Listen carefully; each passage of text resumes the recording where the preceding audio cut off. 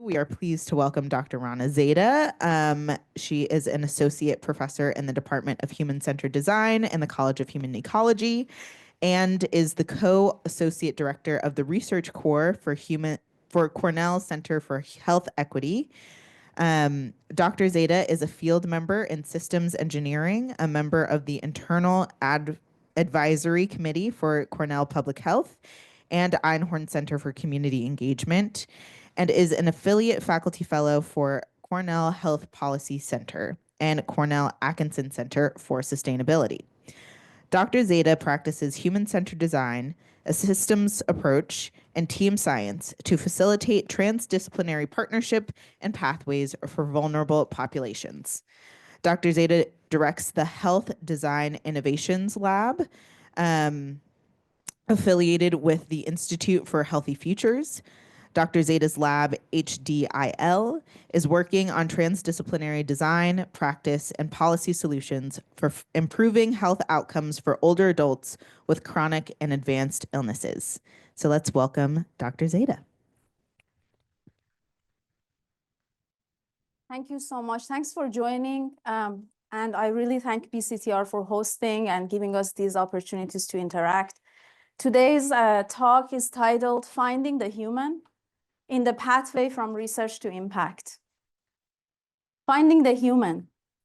So basically, today we want to talk about a human-centered approach to translational research and the story behind the process of bringing research to policy or impact. To tell you the story, I want to use a case study that has been a collaboration here at Cornell with the community in Tompkins and Cortland County. Specifically, this case study that I will share today is about medication management for community-dwelling older adults, especially those with cognitive decline, that is being undertaken in the past 3 years in partnership with many, many contributors.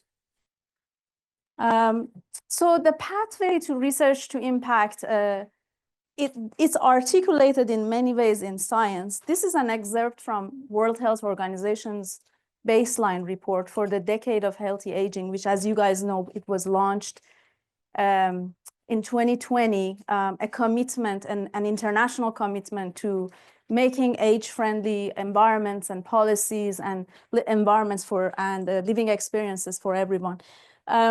This excerpt explains one pathway, one perspective, which is very sort of complex, from kind of clarifying what the problems are to identifying what solutions are, assessing the sort of the effects and impacts, and then methods of implementing and evaluating, going to reach those, especially those who are less reached, less commonly reached, and then accelerating it and expanding it, both in community, scaling deep and scaling out in the process. This is another process of sort of research to impact from the sort of stage model of behavior intervention development by Dr. Lisa Onken, sort of in National Institute of Aging. It is being used often, using from basic research to intervention development, efficacy testing, and then community testing. The process and the, sort of the notion that has influenced me from my time at WHO, which I would like to share with you today, is sort of bringing a new and interesting but sort of more practical perspective, just adding to the complexity of the process of research to impact from the literature that is being released by researchers and practitioners worldwide. We see really some really interesting themes. The highlight here summarizes what really influenced me and really moved me.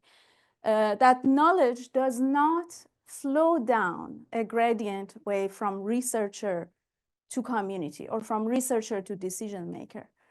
A soccer metaphor is a right metaphor, how research goes into real world.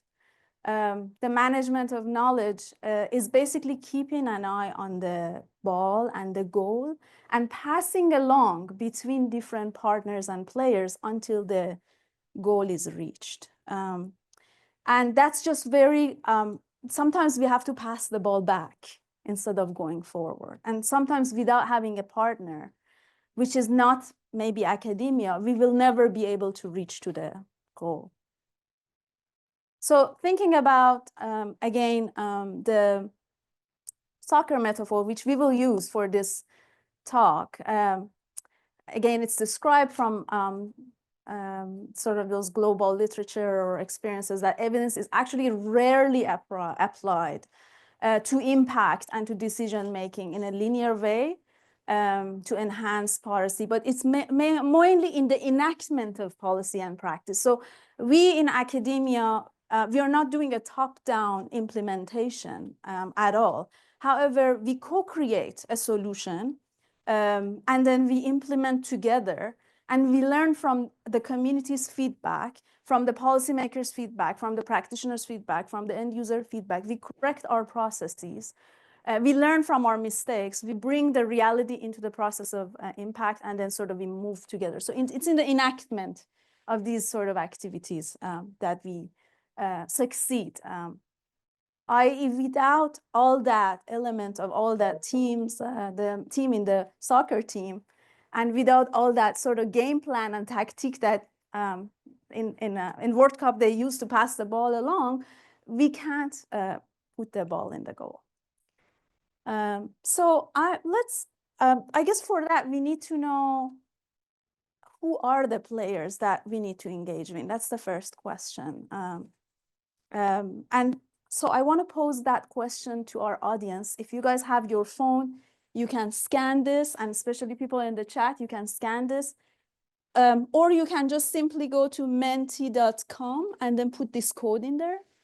And please share your insight from your experience, in your opinion. Who are the key partners and players in the process of translating ideas and scientific knowledge into tangible impact, transforming health and improving lives?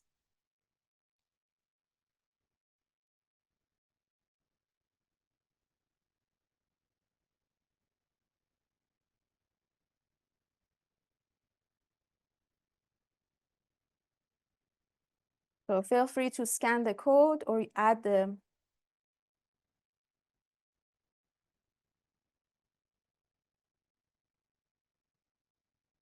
So as folks are sharing their insight, we see what the feedback from everyone is.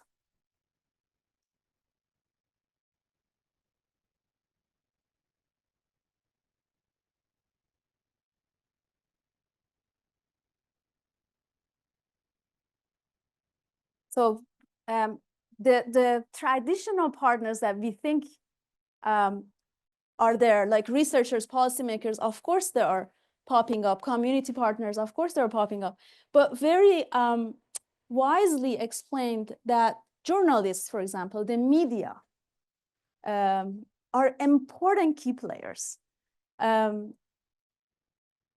Community advocates, religious leaders, students, healthcare providers, innovators, engineers, designers, funders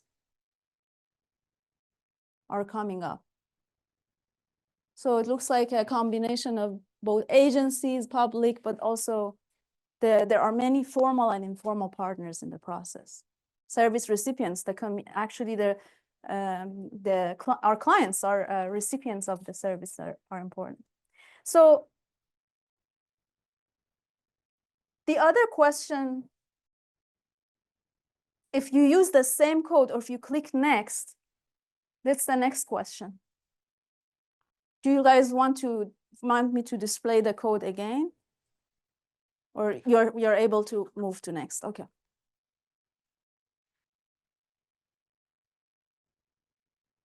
What are the barriers between research to impact? Let's say all of those partners are in play. So we are a soccer team together, the researchers, the policymakers, the students, the providers, the care recipients, the community, are all forming a soccer team. Who is the other team? Who should we tackle? What's the on the other side? What is the entity for which we need to strategize and have tactics to get around to get to the goal, to pass the ball?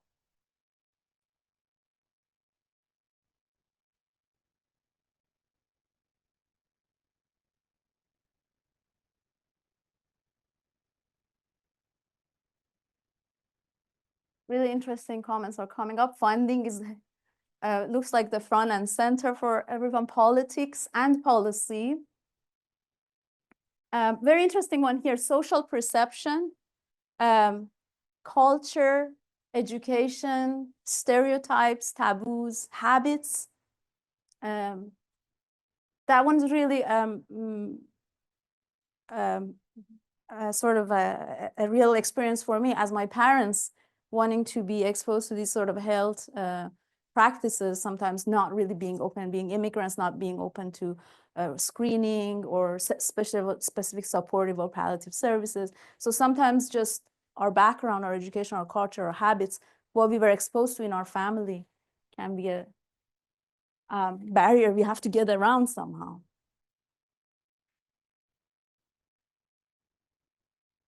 You know, so scaling innovations don't scale language. So basically the process of success for partners and players, what are the metrics of success for you versus a journalist or a reporter or social media figure versus a funder? So how can we overlap these incentives together?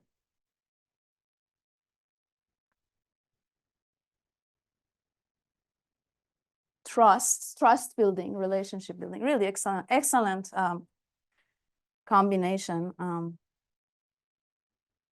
So I would like to invite you to join me in this imagination that we put the partners that we just work together on this side of the field and the barriers that we just discussed on the other side of the field. So here we are, like ready to go.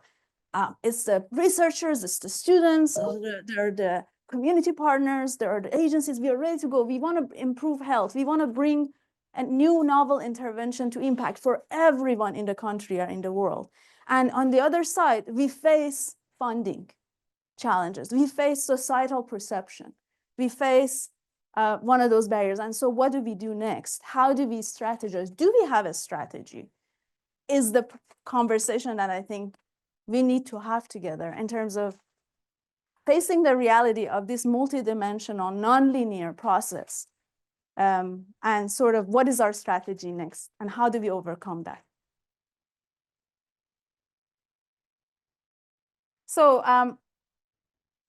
from the World Health Organization literature, those are some examples. Civil societies, media, caregivers, individuals, very similar. I think your list was very comprehensive. And in terms of barriers, this is from the literature from World Health Organizations, and research may be a small portion in terms of supply of good evidence, but there are many aspects. Translating the research into impact is a major barrier we need to work together on, but also from the receiving end, society, community, individuals, the context, making that context ready or learning from that context to understand how to increase the uptake and scale up of these solutions. But what is the message that World Health Organization puts out there is that the gap between science, where we are and what we need to learn, of course, there is a lot more we need to learn, investigate. However, the gap there is smaller than the gap with what we know and what we need to bring to the real world. That gap is huge comparatively. So really thinking about bridging that gap brings a novel opportunity for us to work together to figure out how can we play and build that soccer team to make sure that gap is met. And I think that's really an area for innovation in translation of research to impact. So I want to share with you one story of one project that we have been involved at Cornell. And through this story, I want to talk to you about some of these barriers and how we were tackled down by one of these limitations, and then sort of what did we try to do and what is the journey ahead. Of course, it's a continuing journey. The research I present is from the HOPES program, Home Optimum Prescription Education and Smart Storage. What I present in this research study is a partnership by many people, including academic partners, community partners, representative of providers, representative of care recipients, many students who have participated in the process of unlocking this journey. And the people, you see their face, the students, you see their face here, Grace is here, Janice is here. They have actually not only participated, but contributed substantially. They're now co-authors, working side by side with the community partners, and engaging really closely, either in analyzing data, but also doing strategic communication, doing large data documentation or analysis. So this is really our soccer team, although not everybody is here because there are other people who are in the learning or mentoring process, but just a good representation of the soccer team that we have created. The funding acknowledgement is a National Institute of Aging, National Institute of Health through administrative supplement, and several pilot grants that enabled us to get here either before NIH or after NIH, enabled us to do high-risk community engaged work, including Center for Health Equity and other pilot funders that are acknowledged here. I want to tell you the story of the research briefly, rather than going into the details of the empirical process, because the whole purpose of our conversation today is not about the empirical research, but is about that sort of systemic perspective, that sort of multidisciplinary, transdisciplinary perspective, and the journey that we talked about through the soccer metaphor. So what I'll talk to you about the research will be super brief. Basically, I'll be sharing with you in a few minutes journey of 4 years from beginning step to the end. So HOPES project started, the issue of medication management challenge was brought to us by the community. That's a major problem in our county, in our state, especially for people with cognitive decline and older people living at home, and we want to make sure they stay at home. It is a major problem also nationally. It's really striking to know that I think 100 billion in US is lost because of medication mismanagement. And if we just saved 1%, 100 million we would save nationally. So, and some of the consequences of not doing that lie in quality of life loss, lie in harm, in death, and injuries, fall, delirium, negative drug interactions, and serious harm to our participants and recipients, care recipients, but also burden on caregivers, issues and costs for providers. So this is a real problem at hand that was brought to us by the community. We started in the process of applying the process of human-centered approach. So we started talking with a focus group, sort of going back to the community and say, what is the context, sort of what's the dynamic, what's going on, what's the field like. And in that process, we conducted a focus group. We went to the homes of a sample of community dwelling older adults in Tompkins County. We observed their homes. We asked them what they're doing currently, what is missing. And we learned through that focus group and going like a user-centered approach. We scaled that up to developing a survey, getting Tompkins, Cornell County input, and then from that, scaling that up to getting statewide input to really understand what's the mechanism of what you just shared, like who are the players, what are the barriers, what are the risks, what are the consequences, and what are the solutions. So without going too detail on the results, I just want to just sort of sample some interesting findings as it relate to what we talk about, the soccer metaphor. When we, through the collaboration visiting nurse service of Tompkins County, homes of older adults we visited, our research team visited, and we took many photos of medication management processes. It was incredible how creative community dwelling older adults and their caregivers are in managing their many complex medications. So all sorts of processes were invented, and you can imagine how high risk that is. For example, this one, the older adults, and these are all of them have some level of cognitive impairment, our participants. So for example, this one, the older adult said, oh, well, I invented a process. Anytime one of these containers is upside down, it means I took it today. So how about if they need to take it several times, or, you know, did they change it at the end of the night? So how much their memory or planning and cognitive process is supportive. So there are many, we found that medication are placed in different locations. Sometimes they don't know where to go. Some of them were locked because there are issues of maybe diversion or access from other people in the home. We heard stories about medication poisoning by a daughter of someone, hospitalization from access of children or older person overdosing. So the process was, of course, we could feel the challenge. And some of the examples of what we heard was that 40% of them just run out of their medication on a regular basis, forgetting to take their medication 80%, and 20% reported that they had an experience that their medication was stolen. And so that was just the voices of older adults and their caregivers themselves.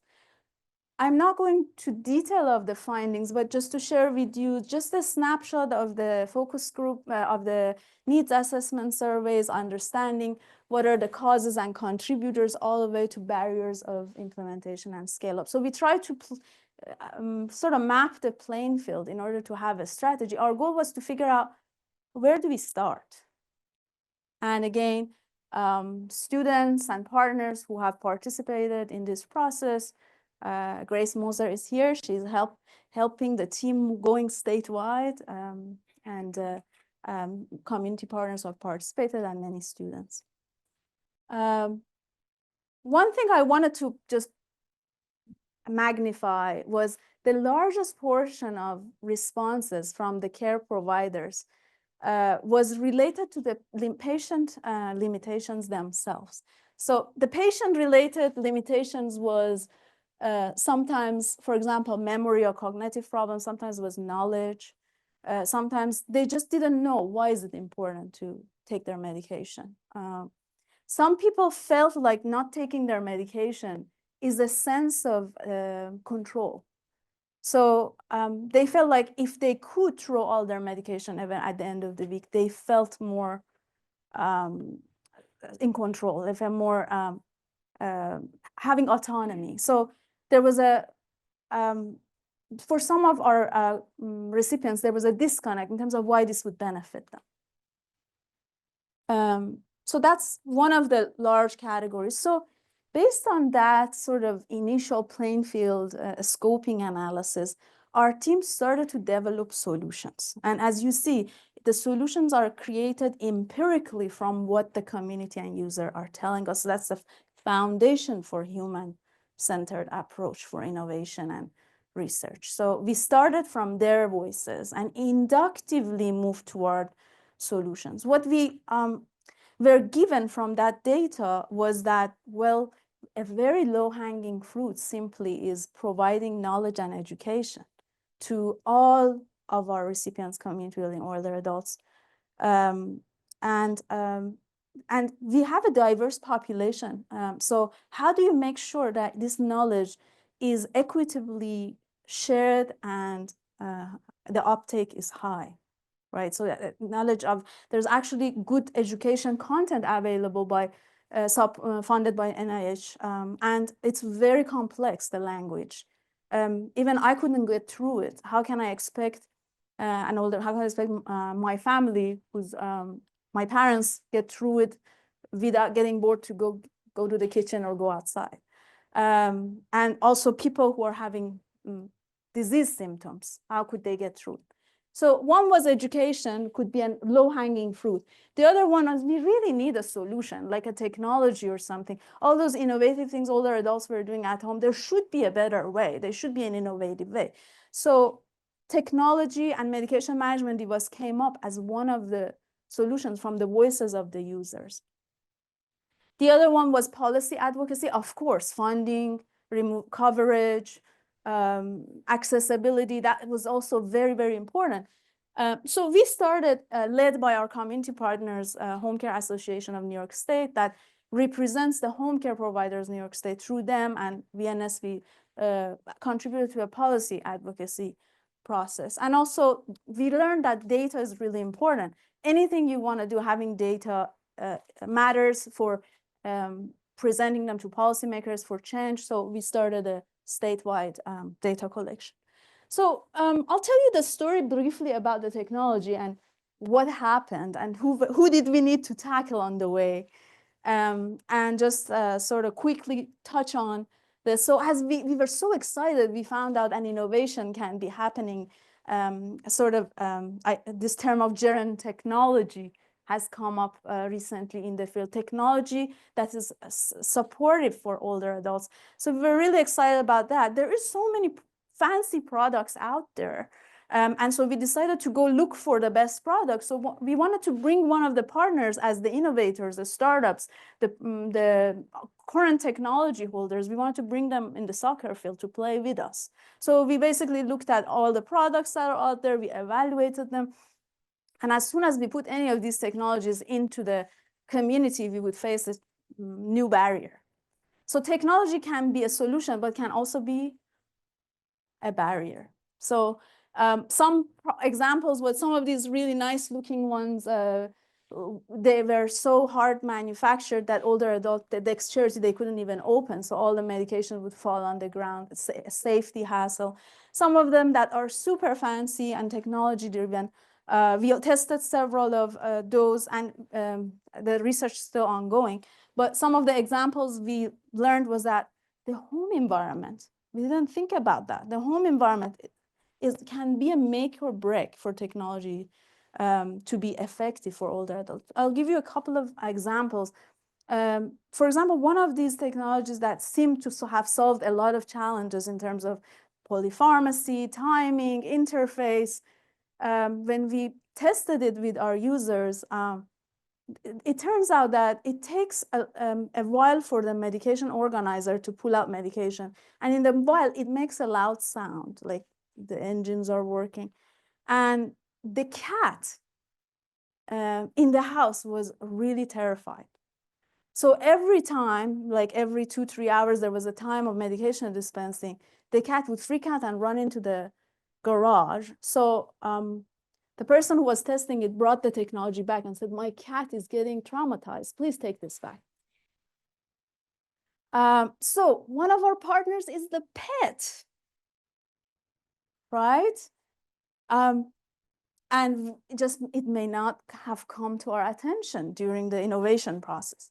The other example was that our partners told us that they were testing the innovators who were testing. They said, well, insects were causing problems with the technology.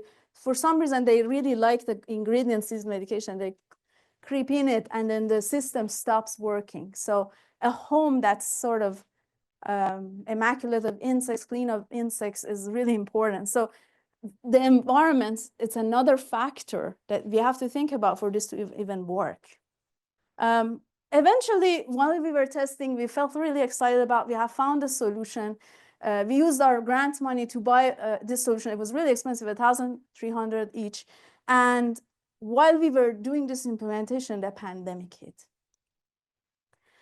So everything went online. We went online. We tried to work through it. But guess what? Our access to all of our community recipients was cut because we can't go into their home, potentially exposing them to exposure to infection, right? At that moment, our research paused for about 9 months. But it gave us a sort of a new splash of reality in terms of another sort of item in the soccer field we need to tackle. It's a reality that infection and access to the homes of the person is a real barrier, especially during pandemic. So at that time, our community partners came to us and said, this needs to pause, but the education part you're thinking of developing, that's urgent. Please bring that to us, because not only it's not a barrier, but education is low cost, easy access. Everybody with a phone or iPad or something can reach it, and it can get through, especially it has an impact of reaching people who are mostly unreached. So please help us move and accelerate that one forward. So we paused the technology and we quickly moved to the education. So hopefully through these stories that I'm telling you, you see the process of us kind of going back, seeing a barrier and the importance of bringing another stakeholder partner to get through it. Did we get through all of them? Of course not, but it's the process, like it's the journey. So again, very summary in a sort of applying community-based approach, we co-developed this education program. It took 2 years to go co-develop what is an 18-minute video. And it's basically a set of animation cartoons. And how it is co-developed is that home care providers, expert panel, comprising people of geriatrics, psychology, nursing, education, human factors, older adults themselves and their caregivers all participated in co-creating this. For example, we would create a version of this and then we tested it with older adults with cognitive impairment, and they told us, I don't like it that the person is not smiling. If you want me to be engaged, make sure you provide positive reinforcement, positive images.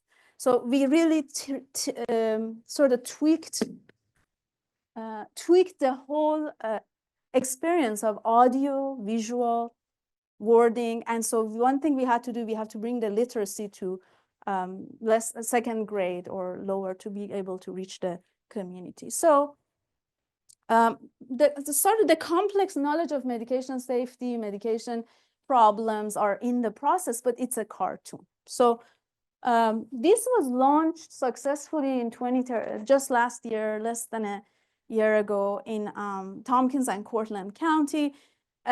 This is Sue Ellen Stewart, the director of VNS, showing us how this is integrated into the patient admission package.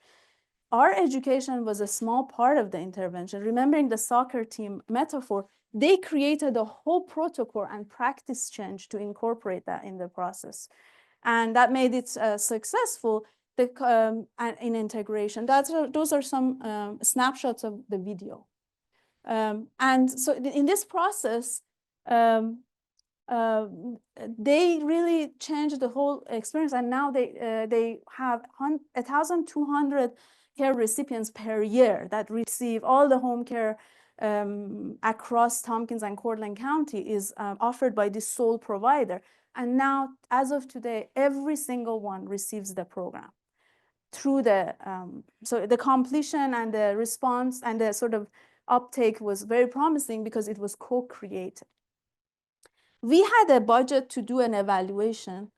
And before I mention that is that the process of doing this was really engaged by the students. And the students really not only through the process of this contribute to the research, but contributed to teaching each other and sort of mentoring each other. So These weekly meetings have been held that through this process, they teach each other qualitative analysis, writing a grant, writing a paper, ethics of writing, use of AI, ethics of use of AI, and things like that. So another sort of parallel goal here is not just put the ball in the goal, but also achieve sort of bringing our community along and not only contributing, but also creating a reciprocal relationship, not just with the community, but with our students. And they have championed making much of this possible. Having students a part of a research process really also excites the community. So I think it energizes that soccer team.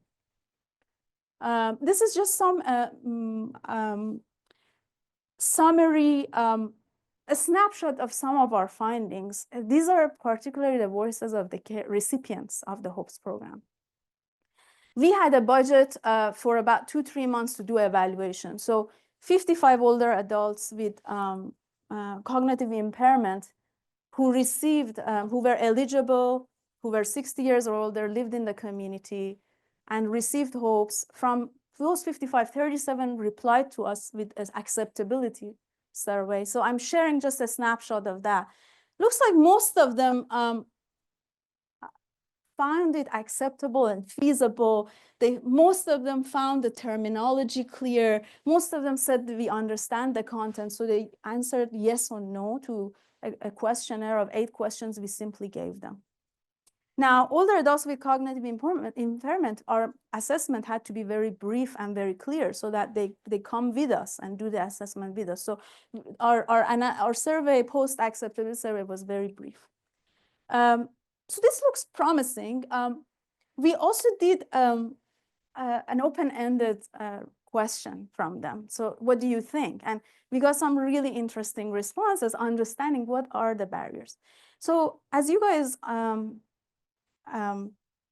note here, our goal is to reach people who are hard to reach. People with cognitive impairment actually comprise of the one of the largest population of older adults who end up with non-adherence.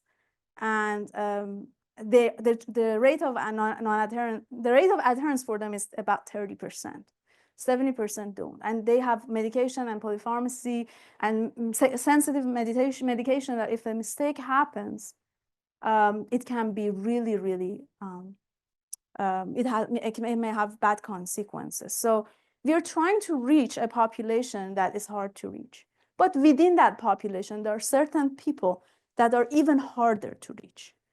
From our initial needs assessment, feedback from home care providers was very important to note, which was it's harder for us to reach people with lower socioeconomic status and people from marginalized population. They're even farther from the solution. So it's extremely important. And they're ones that are most harmed.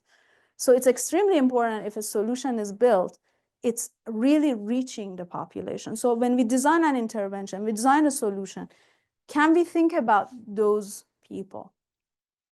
So of course, we attempted to do so with a lot of sort of community-based approach and user-centered approach. But this shows us who we didn't reach, these comments. So some comments here talk about, yes, it was great. And again, we reached, everybody completed it. Of course, that's great. And around 89% acceptability. Many comments were positive, like it was great that we saw all that information in one place. We learned a lot. A couple of people even added a note, I saw it twice. Some people said, oh, now they have something to go back and ask their provider, so it improved the knowledge. But also what was interesting is that, for example, patients said, and it says patients said because caregiver are helping the patient fill the acceptability survey. So sometimes the quote is from the caregiver, daughter or son. So patient said he would have liked it to be shorter, even shorter, but adds that he finds it difficult to concentrate on most everything now, given his illness, his disease symptoms, Parkinson's. The other one was mentioning they had literacy issues, but said that they mainly understood the ideas. The other one said they were too tired due to their health symptoms. So we still have those barriers to think about, those people who think about. So the reason I share these quotes is to bring it back to, in the process of research to impact, the innovative part is to unlock those barriers.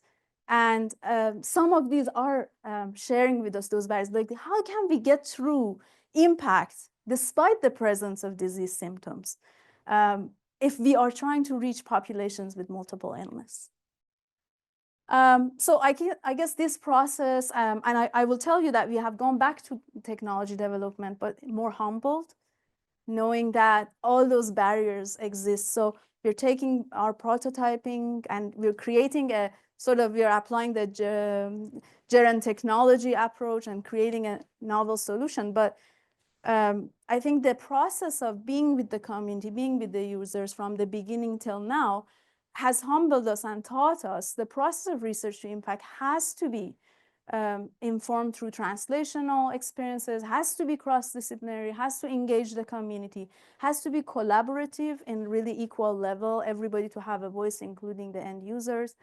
And last yet not least, to be equity sensitive, diversity sensitive, to really bring everyone to the table. Because, for example, many of the technologies that we tested have major limitation of reaching the population that we intend for them to reach, either because they're very costly or they're just not used for an older person. Even I couldn't use them or figure them out.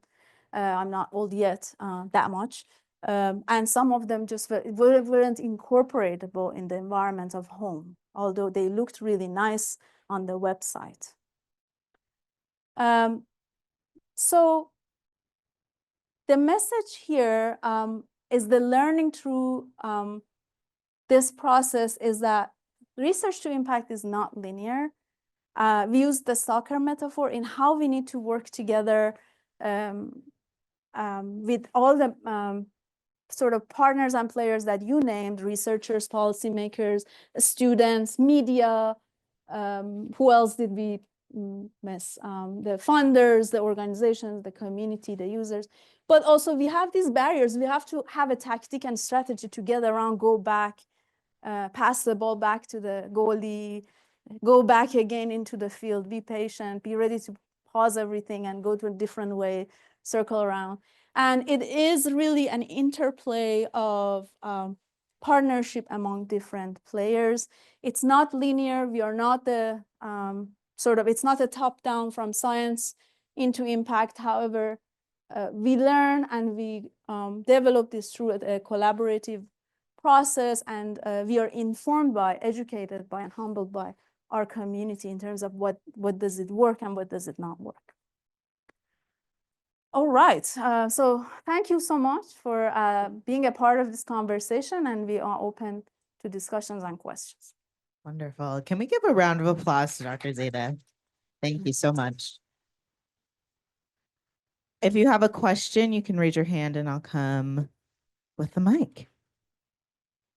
Or we can start online if there are any questions online yet.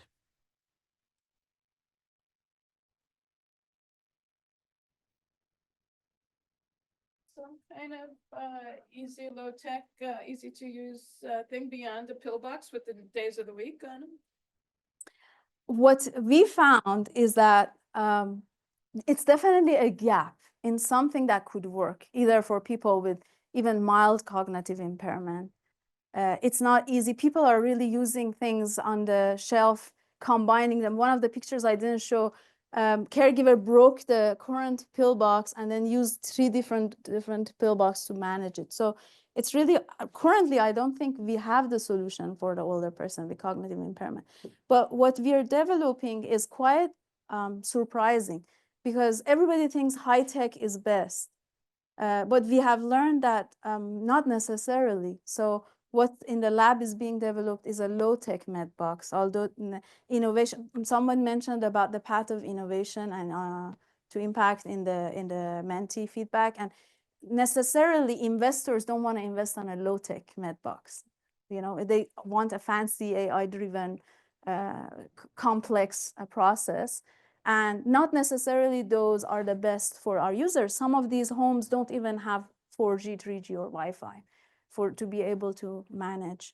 The other interesting finding we had for one of these technologies, it was really, really advanced in terms of its functions. But we learned that a barrier was that when, for example, if there's an alarm going to the pharmacy or to the home care provider about today the medication was not followed or something is late, that really alarmed the providers because they don't have the resources to be 24-hour providing support. So that causes a liability to the community while there's no resource and supply. As you guys know, the home care is very under-resourced. So I think we need to find a balance there and find, again, a path to impact to bring those into market. So we're just left with the pillbox with the days of the week, pretty much. And our own creativity. And the turning it upside down. Yes, turn upside down. Yeah, I have to say a very interesting modular solution is being developed, and we are in early development, knowing that it's going to be a journey for it to really work. Thanks for your question.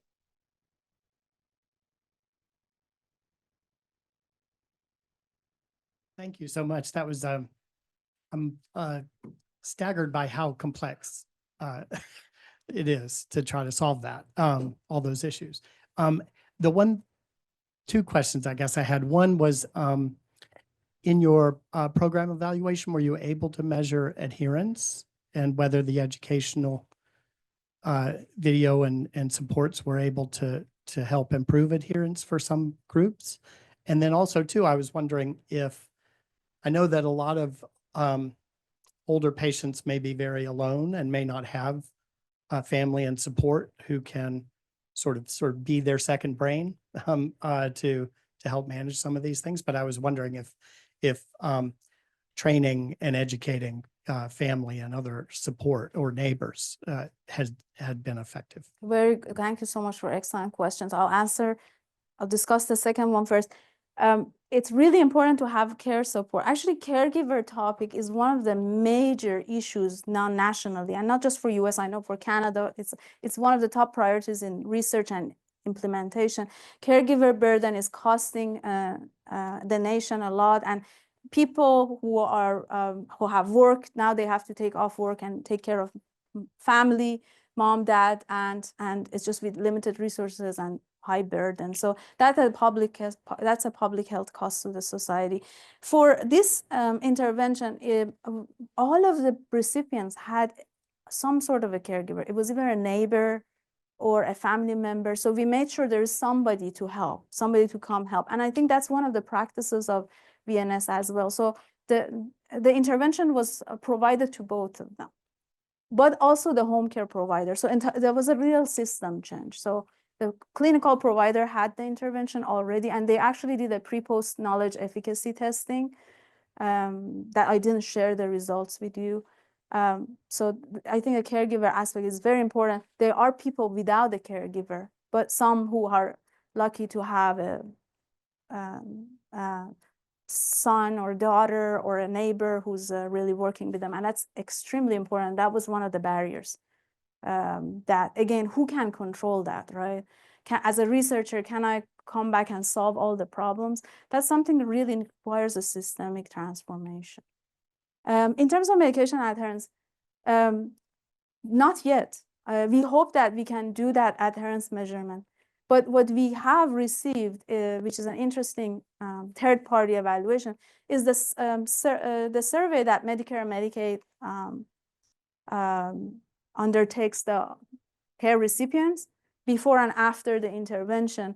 And one of the reasons actually we accelerated the community's guidance to implement was that these surveys are linked to reimbursement and medication management related questions were the lowest in terms of care recipients' perception of the care quality. And that could potentially cost reimbursement for the entire county. So we do have that data that shows considerable improvement in those surveys that help the community, but we don't have yet how much this intervention is sustainable. As you guys know, education alone is not sustainable. So this is, that's why it's integrative. So from the admission point to the discharge point, with lots of reminders and sort of prompts and communications relating to the product, relating to the education, this becomes a continuity. Home care is only funded for maximum 1 month for people at home to need it. VNS can go in and they go out in 1 month. So that's a coverage problem now.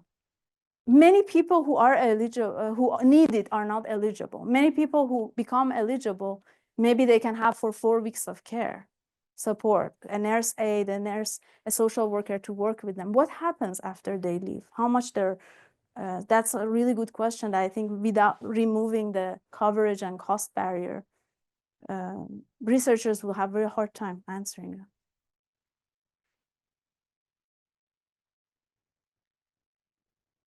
So this is a question from online. I appreciate your storytelling about what this work can really look like. I expect that when you're truly asked about community needs, you may find yourself doing work you didn't expect and wouldn't necessarily choose on your own. How do you and your team stay open to unexpected directions in your work?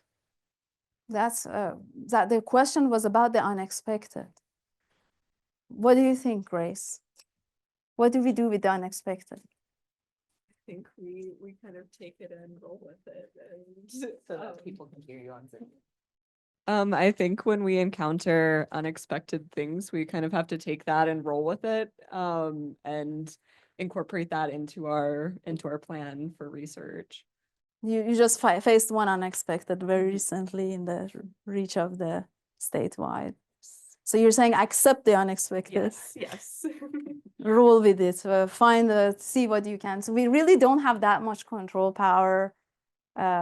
Field research or implementation translational research is not easily controlled in lab settings. So I think that's why we need to be humbled by that and find an alternative solution.